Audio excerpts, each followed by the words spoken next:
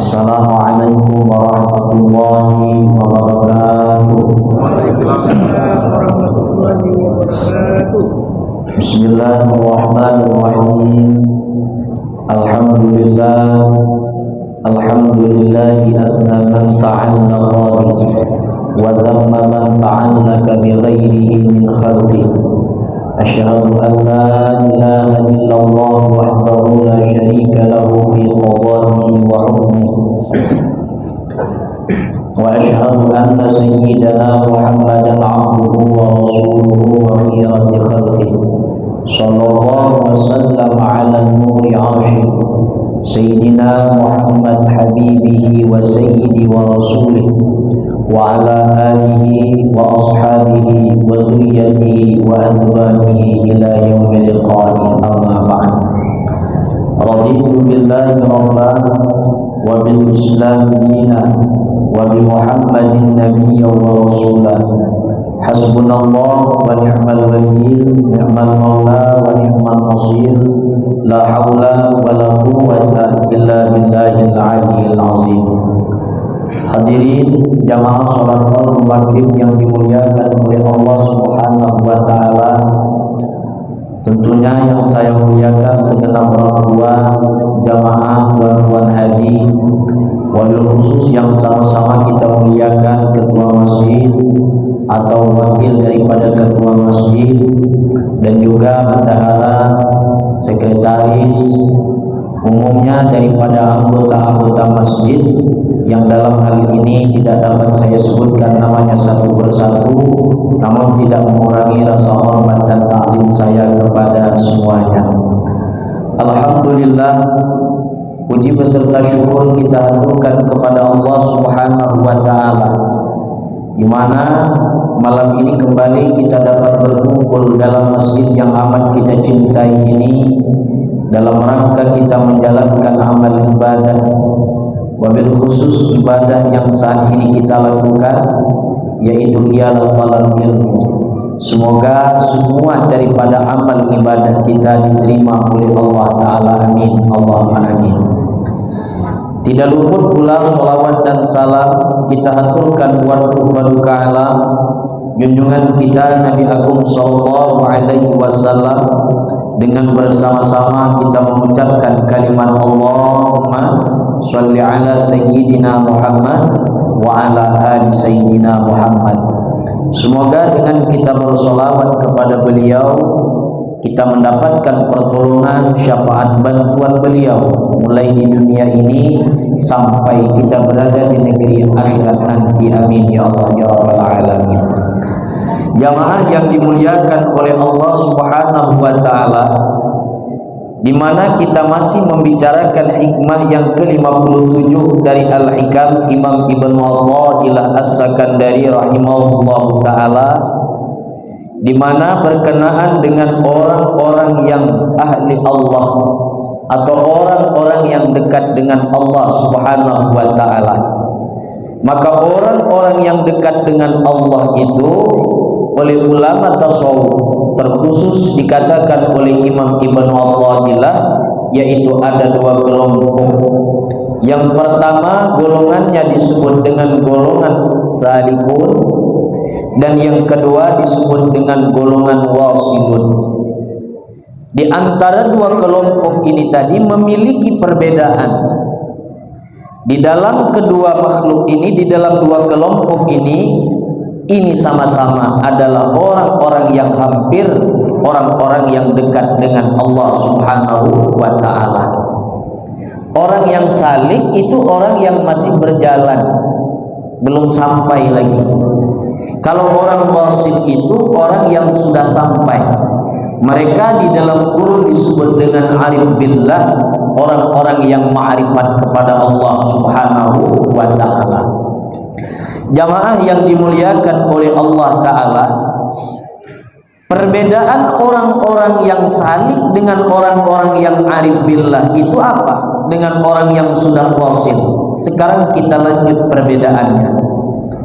As-sairuna awis-salikuna idza 'amilu ta'atan la ya'tadunaha salihatan li hadrati rabbihim.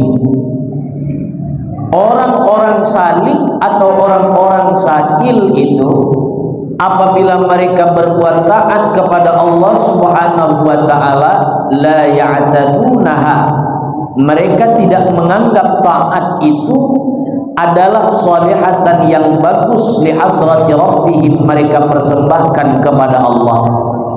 Mereka berbuat taat kepada Allah, contohnya adalah puasa, salat atau jenis-jenis kebaikan yang lainnya. Mereka tidak merasa bahwa amal ibadah mereka ini layak patut dipersembahkan di hadapan Allah atau untuk Allah Subhanahu wa taala.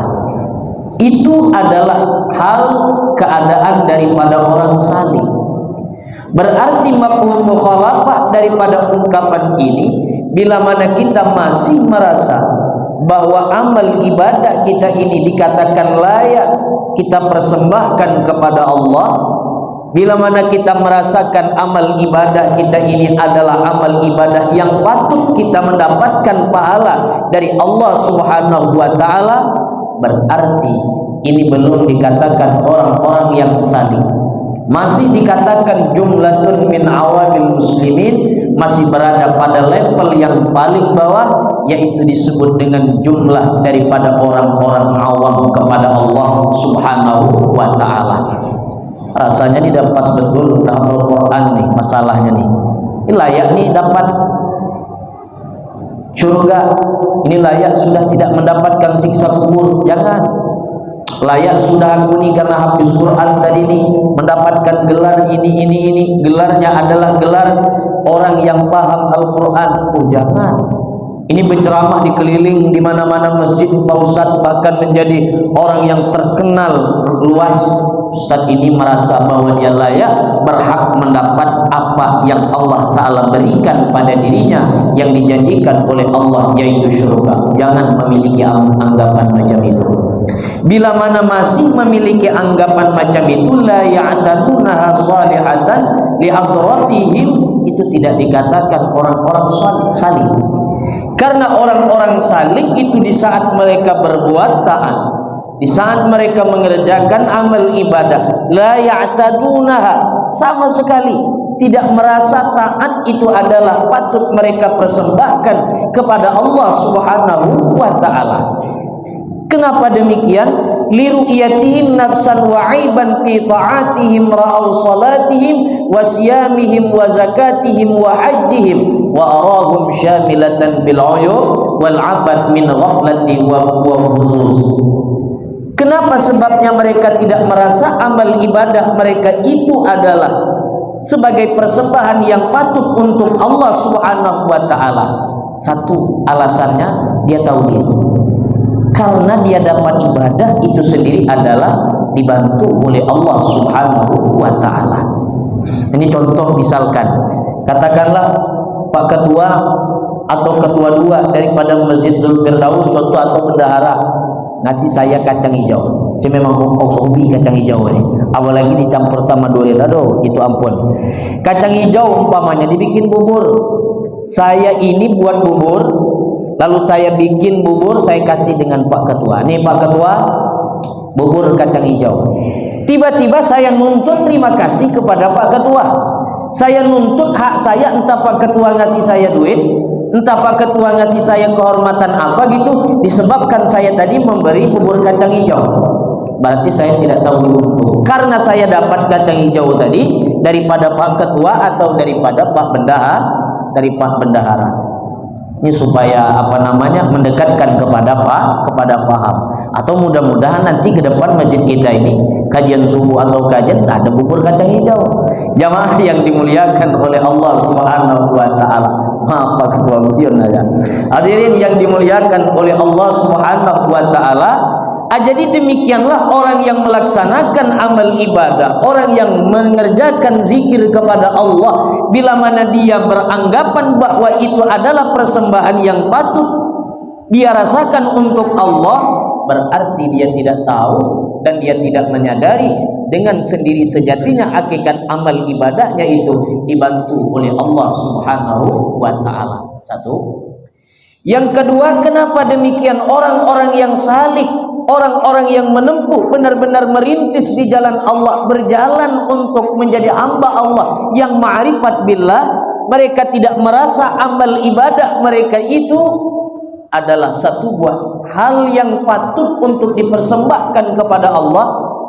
Yang kedua alasannya adalah liru'yatihim nafsan wa aiban fi ta'atihim, karena mereka melihat di dalam zat perlakuan amal ibadah mereka itu wa'aiban, masih ada aibnya, masih ada aibnya.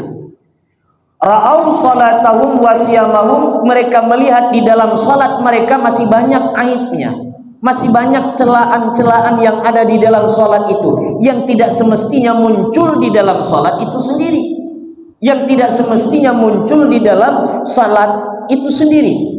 Contoh misalkan Allahu Akbar, Bismillahirrahmanirrahim, Alhamdulillahi Rabbil Alamin, Ar-Rahmanirrahim, Maliki Yaumiddin. Hujan turun, hujan turun, hujan turun, pakaian belum diangkat, dalam hati ingat pakaian belum diangkat, aib di dalam sholat.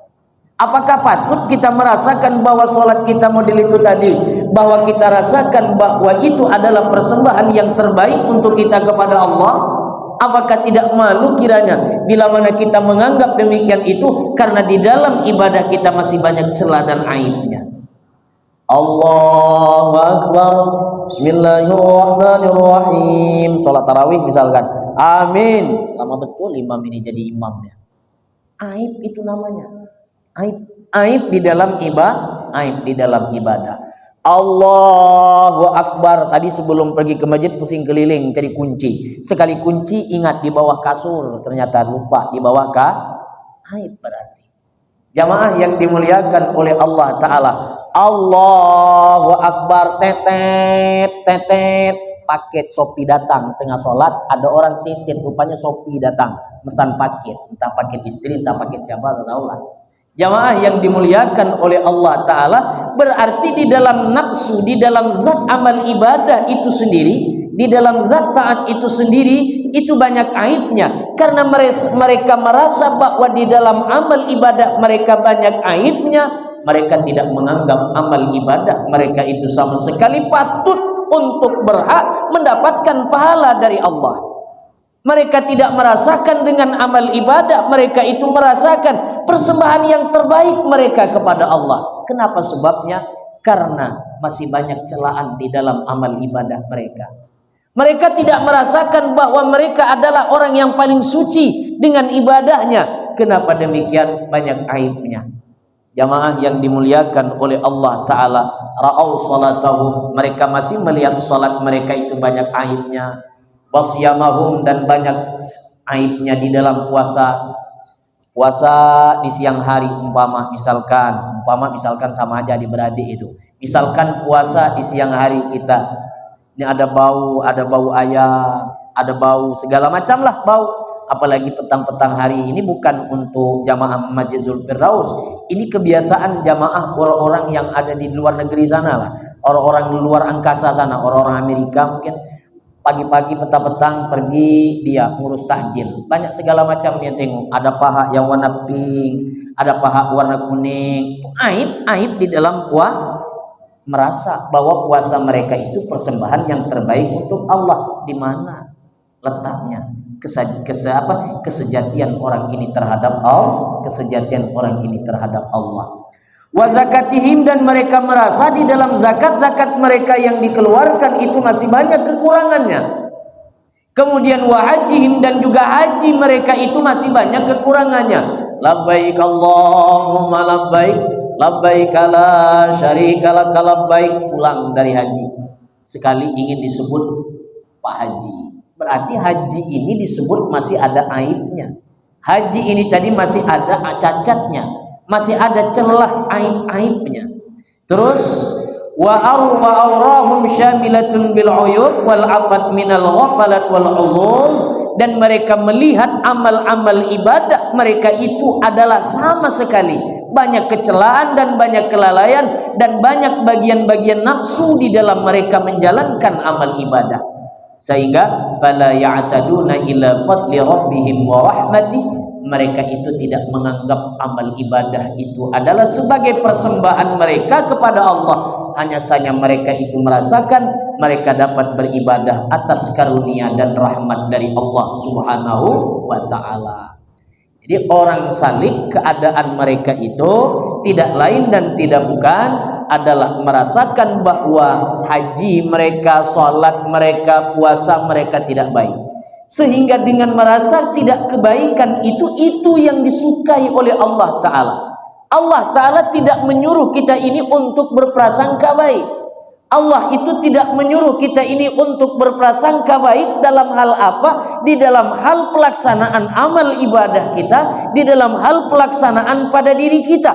Allah Ta'ala tidak menyuruh bahwa diri kita ini merasa baik. Allah tidak menyuruh bahwa salat kita ini merasa baik. Yang Allah Ta'ala suruh bahwa amal ibadah kita ini masih banyak kekurangan di dalamnya. Kekhusyukan, ketidakjelasan perasaan di dalam saat kita beribadah, macam-macam gangguannya. La ilaha illallah, la ilaha illallah. Oh, ingat sekalinya janji di kedai kopi dengan kawanan, muncul itu dalam ibadah. Apakah itu bukan aib namanya? Masa kita dengan Allah masih ingat dengan itu? Kalau benar-benar kita menyadari itu bahwa itu adalah kelemahan kita dan tidak merasa dengan ibadah kita ini adalah meminta hak kita karena sudah melaksanakan ibadah, kita merasa ada hak kita kepada Allah, minta pahala. Orang yang tidak ada minta hak dia kepada Allah karena lantaran merasa amal ibadahnya yang kurang, ini yang dikatakan oleh Allah Ta'ala di dalam hadis kudusi yang disabdakan oleh baginda Nabi Sallallahu Alaihi Wasallam. Kata Allah Ta'ala, ya Muhammad, wahai Muhammad, umat yang mana saja di mana daripada umatmu itu mengerjakan amal ibadah dan dia merasa di dalam amal ibadahnya itu serba kekurangan dan serba ketidakcocokan dan dia tidak mengharap pahala daripada aku karena lantaran dia menyadari bahwa amalnya itu tidak berhak untuk mendapatkan pahala, maka aku sendiri dengan kekuasaanku, dengan kemurahanku yang akan memberi pahala. Jadi jamaah, ada ungkapan, satu buah ungkapan ulama di mana ini diungkapkan oleh Al-Imam Abu Bakar Ali Ad-Daqaq, Abu Bakar Ad-Daqaq, maaf, mungkin kalau ini ekstrim sedikit, yang mencegah kita mendapatkan pahala, hadirin, yang mencegah kita mendapatkan pahala adalah di saat kita beribadah dan didorongi dengan nafsu, lalu hasrat kita ingin sekali mendapatkan pahala tersebut, maka gagal kita untuk mendapatkan pahala. Tetapi bila mana dia melaksanakan amal ibadah, kata Imam Abu Bakar Ali Ad-Daqaq, lalu dia benar-benar menyadari bahwa dirinya serba kekurangan, amal ibadahnya banyak kurang, Allah akan memasang dan melihat kita, dan diri kita ini dilihat oleh Allah dan dipasang pada amal ibadah kita itu dengan pahala. Apa sebab? Karena benar-benar kita menunjukkan pengemis kepada Allah, karena benar-benar kita menunjukkan butuh kepada Allah Subhanahu wa ta'ala. Contoh yang sederhana, misalkan ada orang minta-minta dengan kita, minta-mintanya pakai dasi, minta-mintanya itu pakai sepatu, minta-mintanya itu dengan gaya sombong, angkuh segala macam, minta duit bang 10.000, tapi gayanya bentak, mau tidak kita ngasih? Tapi gayanya menunjukkan bahwa tidak kesan seorang yang susah, mau tidak kita ngasih? Tidak. Tetapi dengan kita menampakkan bahwa kita ini benar-benar butuh dan benar-benar tidak ada keangkuhan, maka kita akan bersimpatisan kepada orang yang mengemis tersebut dan kita akan memberi sedikit rezeki yang ada pada diri kita untuk mendekatkan paham mengenai masalah ini.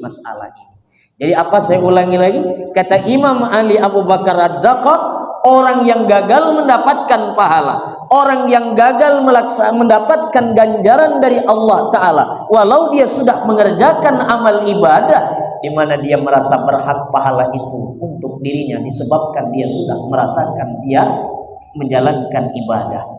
Ketahuilah, orang yang mendapatkan pahala sama sekali dia merasa dia serba kurang di dalam amal ibadahnya, dan dia tidak berhak sebenarnya mendapatkan pahala. Tapi Allah ini yang Allah pandang, karena ini benar-benar orang yang iftiqar kepada Allah Subhanahu wa ta'ala.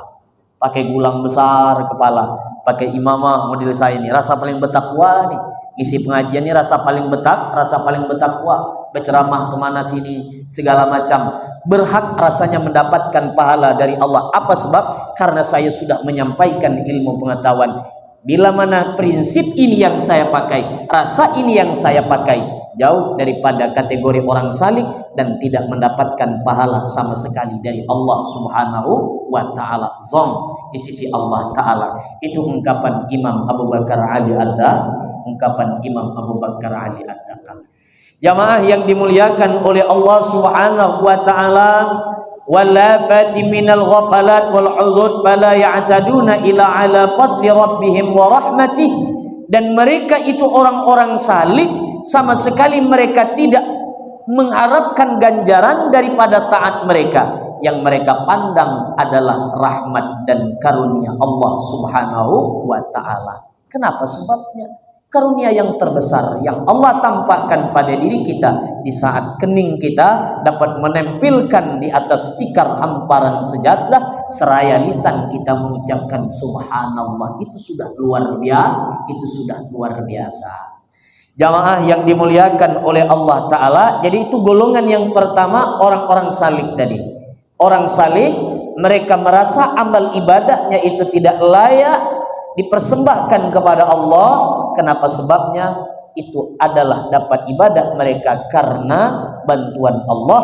Yang kedua adalah banyak celah di dalam amal ibadah mereka. Terus yang berikutnya adalah orang wasil ini. Yang berikutnya adalah orang wasil, orang yang sudah sampai di makam arif billah. Wal wasiluna idza dhaharat minhum ta'atan aw sadara minhum ihsana syahidu dzalika wa'idal minana ghaib fi syuhudi ma'budihim wa arafa arakatihim wa sakanatihim billah wa minallah wa ilallahi ta'ala. Orang-orang yang wasil tadi orang yang salik, sekarang orang yang wasil. Bagaimana bertingkah atau keadaan orang-orang wasil itu? Orang wasil itu bila mana mereka melaksanakan ibadah atau muncul dari mereka itu melaksanakan kebaikan-kebaikan, syahidu, beliau-beliau ini atau mereka-mereka itu menyaksikan wahidal minan, mereka menyaksikan Allah Subhanahu wa ta'ala. Sama sekali tidak ada dindingnya. Ini kalau saya terangkan sama sekali diusir saya daripada pengajian ini nih. Kalau saya jelaskan, pokoknya orang yang wasil ini adalah orang yang sama sekali dia berkata dan dia menyaksikan amal ibadahnya itu adalah yang dia saksikan Allah saat itu. Jamaah, saya mau nanya, jamaah punya rasa? Jamaah punya rasa kan? Jamaah punya rasa. Dan di sebalik rasa itu jamaah merasa. Dan di sebalik jamaah merasakan itu siapa yang memberi rasa? Jamaah yang dimuliakan oleh Allah Subhanahu wa ta'ala. Di saat kita menjalankan ibadah, kita merasa sholat dan kita merasa bahwa kita sedang ibadah. Siapa yang memberi kita dapat merasa itu? Jamaah yang dimuliakan oleh Allah ta'ala. Maka oleh karena itu orang yang arif billah, paharakatihim gerak mereka, wasakanatihim dan diam mereka, billah dengan Allah, wa minallah dari Allah munculnya, wa ilallah dan kembalinya kepada Allah. Salat dengan bantuan Allah, munculnya mereka dapat salat karena pertolongan Allah, dan kemudian kembalinya itu sholat kepada Allah. Kalau orang salik tadi mereka masih melihat taat, masih memandang taat, cuman taat mereka itu tidak patut dipersembahkan kepada Allah, itu aja. Kalau orang wasil ini mereka sendiri dapat ibadah karena Allah, dibantu oleh Allah, dan munculnya mereka dapat ibadah dari Allah dan kembali kepada Allah Subhanahu wa ta'ala. Jamaah yang dimuliakan oleh Allah ta'ala, wa adamu ru'yatil a'mal wa nisyaniha fadzaka dalilun 'alal qabul. Orang yang tidak lagi melihat kepada amal, artinya orang itu lupa dengan amalnya. Fadzalika dalilun 'alal qabul, itu menunjukkan tanda amalnya diterima oleh Allah. Kalau masih tiap hari mengingat amal, hari semalam aku baca wirid 30 kali, baca sholawat, itu terus yang diingat. Itu terus yang diingat, menunjukkan amal ibadahnya masih di antara pertengahan langit, belum sampai di hadapan Allah. Itu keterangannya di dalam kitab Maraqil Ubudiyah, di mana dikatakan bahwasanya barang siapa yang melaksanakan amal ibadah dan lenyap amal ibadah itu dari pandangannya, dia tidak ingat lagi apa yang sudah dia lakukan amal ibadah di hari kemarin, itu menandakan amal ibadahnya diterima oleh Allah. Kalau masih mengingat, ini Masjidul Firdaus nih gara-gara aku nih, gara-gara perjuangan aku nih, sehingga ada karpet. Ini gara-gara aku nih mau calik kemarin aku sumbangkan karpet, segala macam. Itu terus yang diingat. Urusan sumbang menyumbang. Itu menunjukkan tanda orang yang belum dikatakan ikhlas di dalam beramal, dan itu salah satu tanda amal ibadahnya tidak diterima oleh Allah Subhanahu wa taala. Jamaah, kalau jamaah itu, ini contoh benda ini Bapak kasihkan ke saya zatnya. Amal ibadah bukan zat. Amal ibadah itu zat. Bapak kasihkan ke saya, otomatis hilang kan benda itu dari tangan Bapak, tidak ada lagi kan. Kalau berarti benda itu masih ada di tangan Bapak, berarti Bapak kasih tapi Bapak tarik kembali, jadi tidak ngasih. Tidak. Amal ibadah, orang yang masih mengingat amal ibadahnya, orang yang masih mengenang amal ibadahnya. Semalam saya baca 50.000 sholawat, semalam saya baca surah Kahfi, semalam ini. Itu tanda bahwa seolah-olah dia melaksanakan ibadah kepada Allah, lalu dia menarik ibadah itu, sok sendiri ingin memberi pahala sendiri dengan ibadah. Biarkan amal ibadah itu pergi menghadap Allah Ta'ala, terbang dengan tanpa sayap dan susah untuk diterjemahkan dengan bahasa lisan. Jamaah yang dimuliakan oleh Allah Ta'ala, qala al-Imam Ali Zainul Abidin radhiyallahu ta'ala anhu, kullu syai'in min af'alika in ittasalat bihi ru'yatika fadzalika dalilun annahu lam yuqbil li'annal maqbul maghibun anka wa man qata'at anhu ru'yataka fadzaka dalilun 'alal qabul.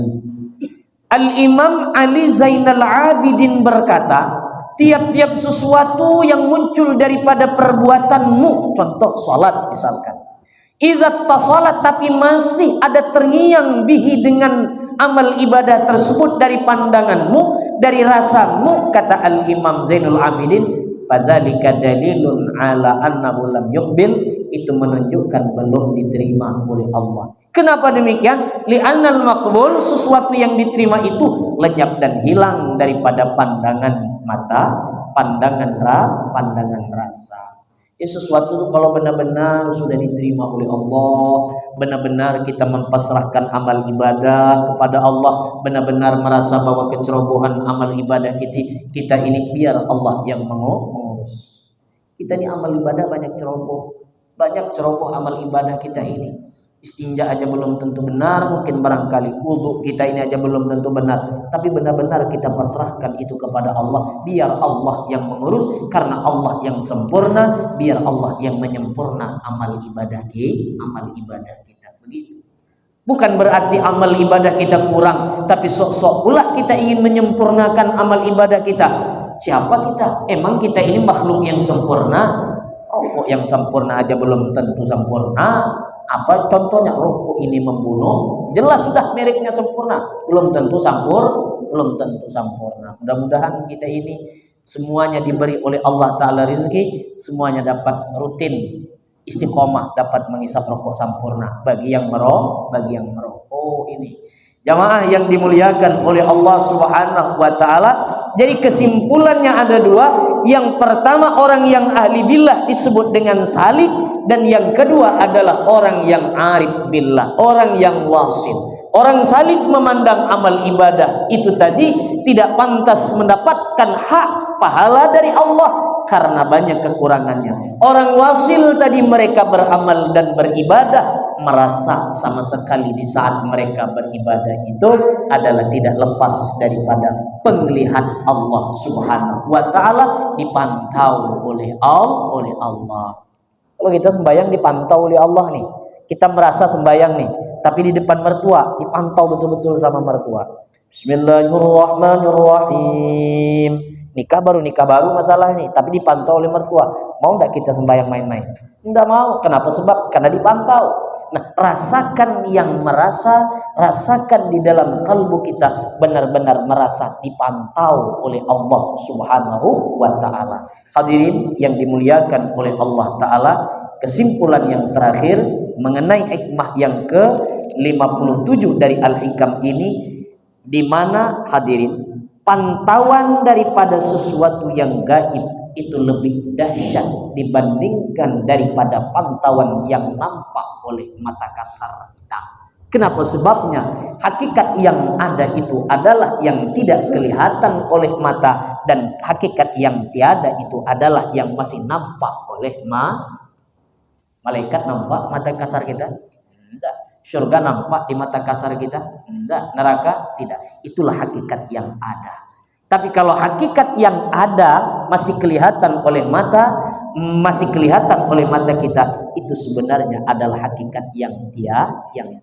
Kita ini asalnya tidak ada, kemudian diadakan dan kembali kepada tiada. Lalu siapa yang ada diri kita ini? Adalah ruh yang diciptakan oleh Allah Ta'ala, dan yang kembali menghadap Allah itu adalah ruh, dan bersihkan, sucikan ruh kita dengan air yang sudah Allah Ta'ala jadikan, yaitu amal ibadah. Ibadah sudah kita lakukan, pekerjaan taat sudah kita kerjakan, tinggal yang batin ini lagi dibersihkan. Mana yang batin tadi? Merasa bahwa kita dipantau oleh Allah ibadah, merasa bahwa kita ini diawasi oleh Allah Subhanahu wa taala. Masih panjang waktu. Kita lanjut hikmah yang ke-58 dari Al-Hikam Imam Ibnu Athaillah As-Sakandari rahimahullahu taala. Masih panjang jamaah waktunya. Insya sekarang kurang lebih jam 19.20 ya kalau tidak salah. Sekarang kita lanjut. Ma basaqat awsanu zulli illa bibizri tam'in. Hikmah yang ke-58. Terjemahannya adalah ma basaqat, tidaklah menjuntai panjang. Apa? Awsanu zullin, dahan-dahan kehinaan atau pelepah kehinaan. Pelepah itu apa? Pelepah. Kalau kelapa di kampung kami ada pelepah. Kalau kurma itu ada pelepah. Pelepah ya bahasa sini. Pelepah. Tidaklah menjuntai panjang dahan-dahan kehinaan atau pelepah kehinaan itu illa bibidri tam'in, melainkan orang itu menyemai di dalam dirinya itu dengan bibit-bibit ketamaan.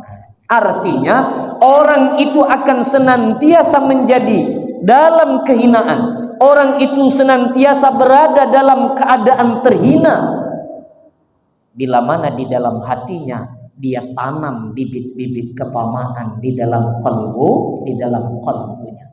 Rasulullah Shallallahu Alaihi Wasallam pernah bersabda di dalam satu buah riwayat, Nabi Shallallahu Alaihi Wasallam bersabda, ya ummati, wahai umatku, fa inna ijabaka azim minallah ala wahyatam.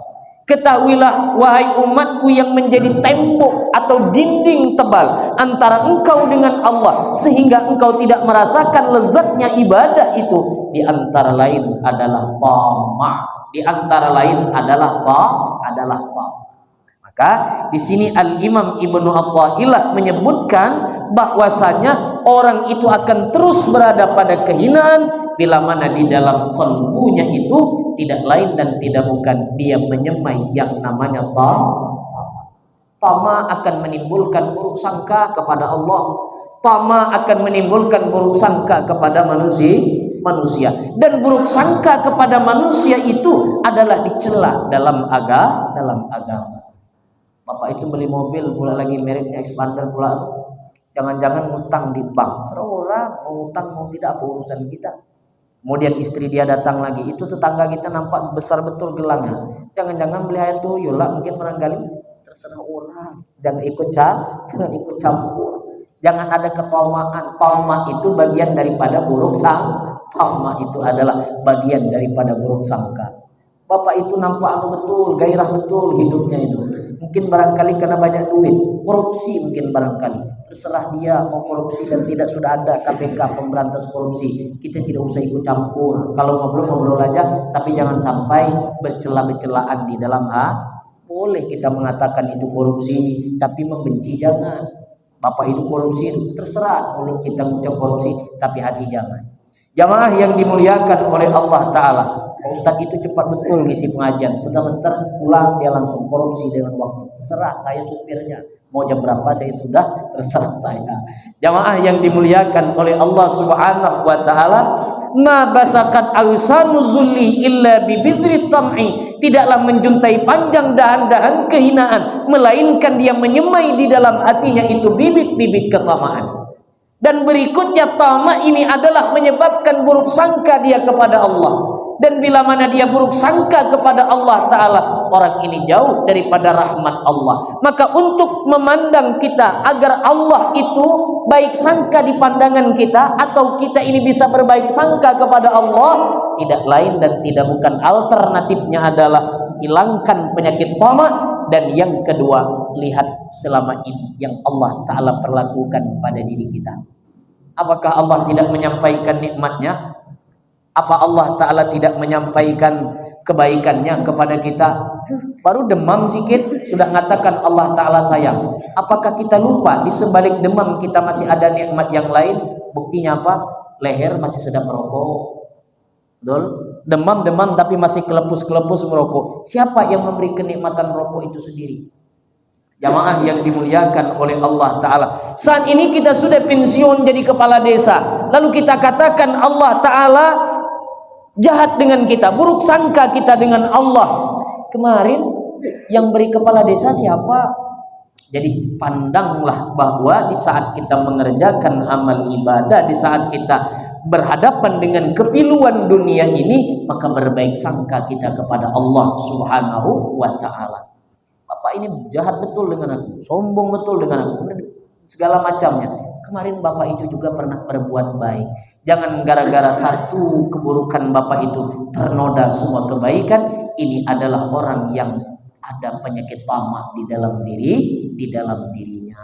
Jamaah yang dimuliakan oleh Allah Ta'ala, insya Allah minggu akan datang akan kita jelaskan mengenai hikmah yang ke-58 dari Al-Hikam Imam Ibn Athaillah As-Sakandari rahimahullah Ta'ala.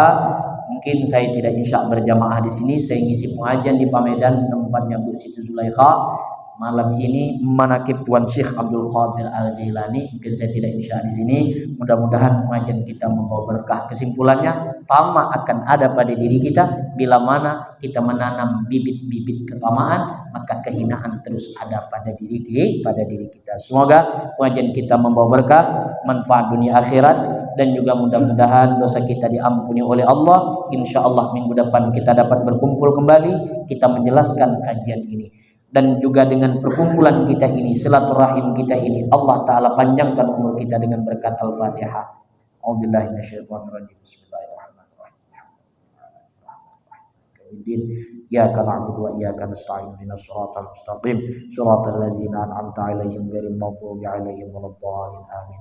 Allahu biha ya Allahu biha ya Allahu bihusnil khatimah ya Allahu biha ya Allahu biha ya Allahu bihusnil khatimah ya Allahu biha ya Allahu biha ya Allahu bihusnil khatimah. Subhana rabbika rabbil izzati amma yasifun wa salamun 'alal mursalin walhamdulillahi rabbil alamin. Taqabbalallahu minkum. Ampun maaf, minta halal minta ridha kepada jamaah semuanya. Pengurus masjid saya mohon maaf yang sedalam-dalamnya, jamaah semuanya saya tutup dengan salam keagamaan. Allahumma barik lana wa min tariq. Assalamualaikum warahmatullahi wabarakatuh.